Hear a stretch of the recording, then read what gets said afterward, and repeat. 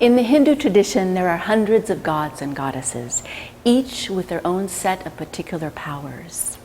In this story, the story of Narasimha, there are two very important gods. The first is Lord Brahma, the god of creation, who gave birth to all life in the universe.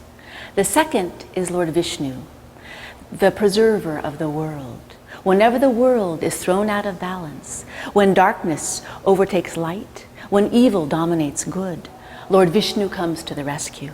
He changes his shape into a form he deems best, appears on earth, defeats the evil, and restores balance to the universe once again. Now the gods use their powers for good, but there are those who are so greedy for power that they are blinded by it. These are the demons, and their misuse of power often threatens the very existence of our universe. Long, long ago, there was a terrible demon king, and he grew restless. His name was King Hiranyakashipu, and like most demons, he was greedy for power and jealous of the gods who controlled the universe. But he knew that if he performed a particular difficult pose and held it for a very, very long time with unwavering focus, he would build up enough holy energy that even Lord Brahma might appear and grant him a special wish or boon. So King Hiranyakashipu chose the most difficult pose he could imagine, and he balanced on one leg for 100 years without wavering. Well, at last, Lord Brahma took notice and appeared before him. "What do you wish?" I wish for something so insignificant. I wish that I cannot be killed by anyone in the universe." "I cannot grant you an escape from death. You must come up with another wish." "Okay then, I wish this, that I cannot be killed under these conditions. That I cannot be killed by a man or a beast, inside a house or outside of one, during the day or during the night, and finally, that I cannot be killed by a man-made weapon." "As you wish," said Lord Brahma, and he disappeared. "Ha ha," thought the king, "now my cleverness has paid off. I have the ability to live forever." And so he believed, like the gods, he was immortal. Well, if he was arrogant before, he was now cruel and quick to punish. If he said, for instance, "This bread is stale," all the loaves of freshly made bread would have to be thrown out of the palace. If he said, "The Ganges River, you know, starts at the sea and makes its way up to the icy peaks of the Himalayan mountains," all the courtiers would have to nod their head in agreement, although they well knew that the Ganges River began at the highest Himalayan peaks at the icy tips and made its way down to the sea. Well, the king pranced around his palace like a peacock, proud and vain. He became so big-headed that he demanded his subjects bow down and pray to him. Then one day, all of this changed. King Hiranyakashipu's wife gave birth to a baby boy, whom they named Prahlada. "Congratulations, Your Majesty," the courtiers exclaimed. "You have an heir to the throne."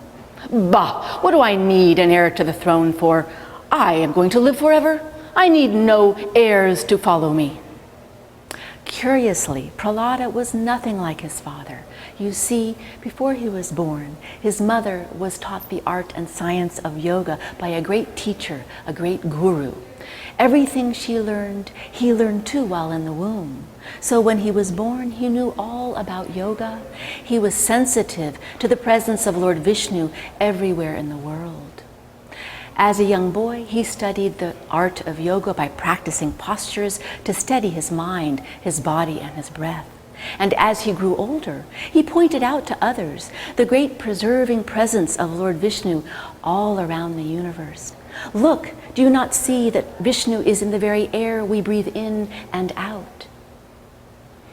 Well, the king was disturbed by this and decided to send Prahlada to the strictest of demon teachers so that he would learn the ways of demonhood, of treachery, trickery, and domination. And most important, the king said to the teacher, do not let Prahlada worship anyone but me, King Hiranyakashipu. Well, word got out that Prahlada prayed to none other than Lord Vishnu constantly. The king summoned his son to the throne room. Prahlada, bow down and call me most powerful. Oh, Father, you are indeed king, but that is all you will ever be. Do you not see Lord Vishnu's presence everywhere in the universe? Well, the king could not contain his anger.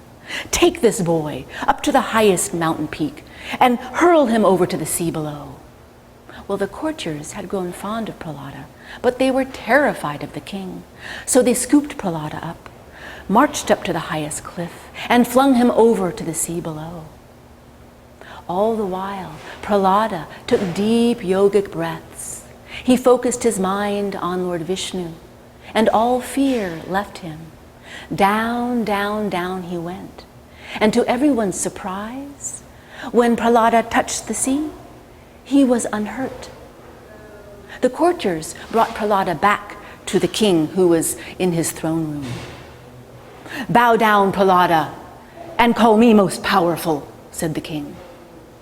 Once again, Prahlada said, oh, Father, indeed you are a king and you are powerful, but you are no match for Lord Vishnu. His preserving energy sustains the entire universe.